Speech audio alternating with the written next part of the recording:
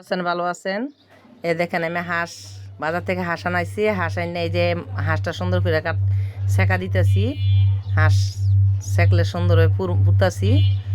তাই এটা পুইরা তারপরে এটা আমি বডি দিয়ে কাটবো।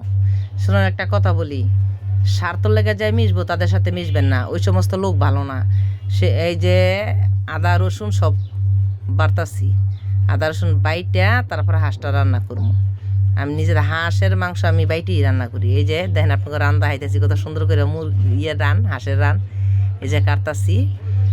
স্বার্থের বিনিময়ে যায় ভালোবাসবো, তাদের সাথে চলবেন না। সে মা হোক, বোন হোক, ভাই হোক, যেই হোক, ঠিক আছে? আপনার কাছে থাকবো, আপনারা ভালোবাসবে। আপনি দিবেন, আপনারা ভালোবাসবে। আপনি দিবেন না, আপনারা কেউই ভালোবাসবে না। দেন হাঁসটা কত সুন্দর, এই যে কাইটটা লইতেছি, হাঁসটা কত সুন্দর লাগতেছে, ঠিক আছে?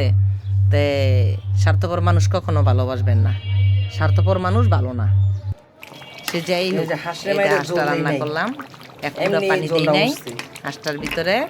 এই হাঁসটার ভিতরে পানি দিই নাই, কে পানি দিলে হাঁসের মাংস মজা নাই। যখন জিরা দিয়ে দিমু, ঠিক আছে? এই যে জিরা দিয়ে দিলাম। হাঁসের মাংসতে আমি কোনো দিন পানি দিই না। পানি দিয়ে হাঁসের মাংস সম্পূর্ণ হাতের বাটা মশলা দিয়ে আমি রান্না করি হাঁসের মাংস।